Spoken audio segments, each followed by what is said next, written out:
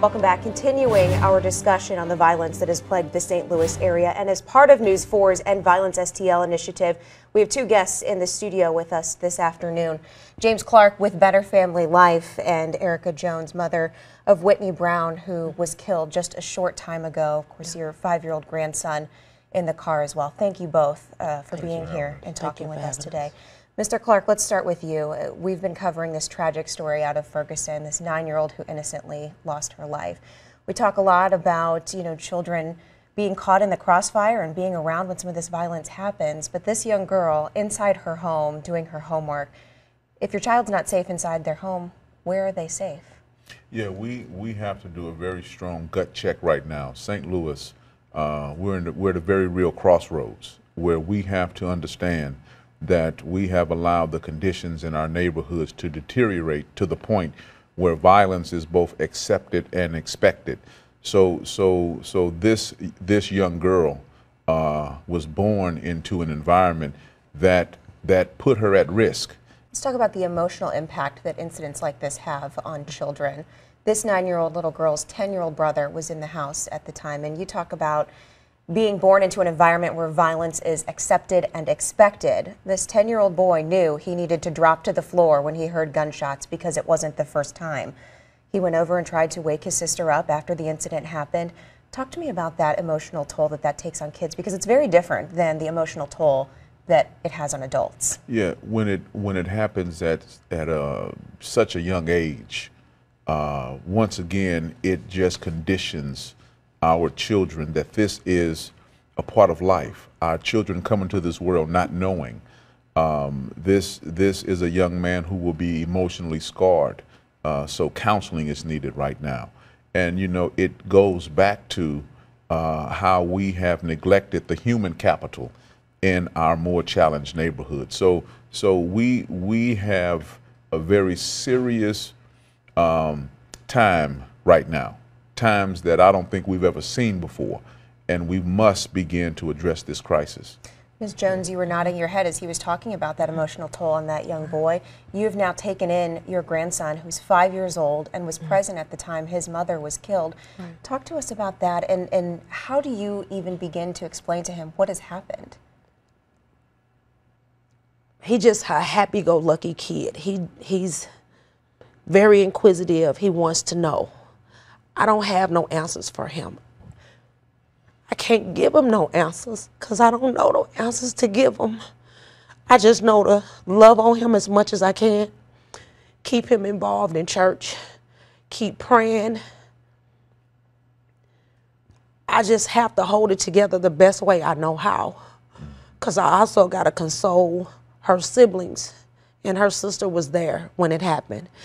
So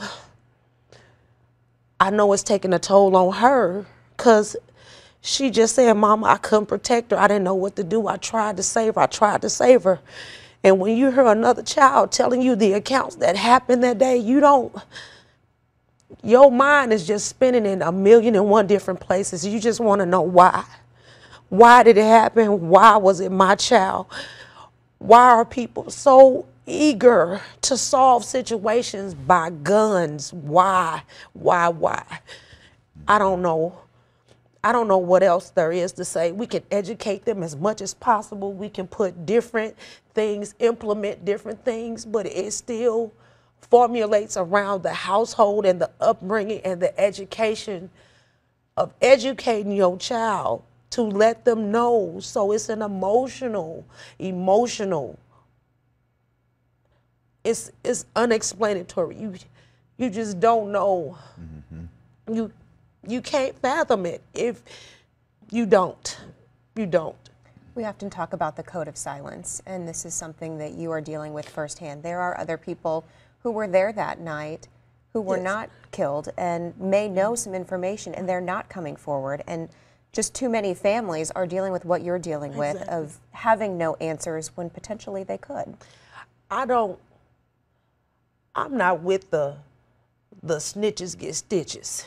I'm not with the, I don't want to tell because of this. This person was there, and I plead to him. he does not want to testify and say, I saw this individual.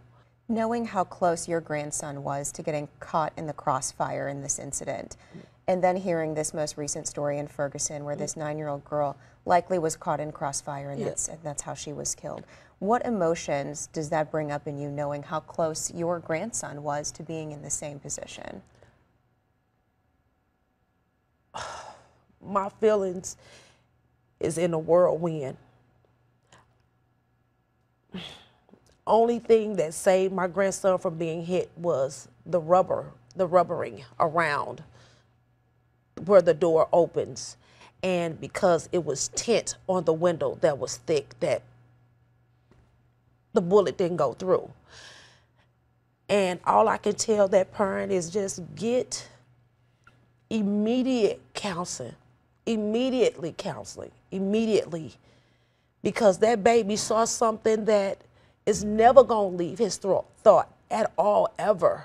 He has to see the fact that I saw my sister lay in front of me and was not conscious, not breathing, no nothing, and then have to explain that she's no longer here. And I have to explain that to a 5-year-old.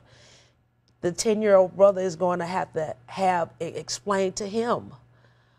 But for the people that's out here doing random shootings and feeling like guns is the answer, or this is what, that's not an answer. That's not an answer. You cannot tell grieving families that picking up a gun and resolving an issue is an answer. That's not. Just like Mr. Clark said, there's not enough education. Kids are not being educated. There's not enough parents that are out here snooping. I'm a snoopy parent. There's not enough snoopy parents. Go on their IG page, go on their Facebook page, go on their Snapchat. Get involved with your child and find out what are they doing. It's easy. It takes you not even 2 to 3 seconds. If you as a parent have a Facebook page, check your child's Facebook page, the Instagram, and watch what they're doing and ask questions.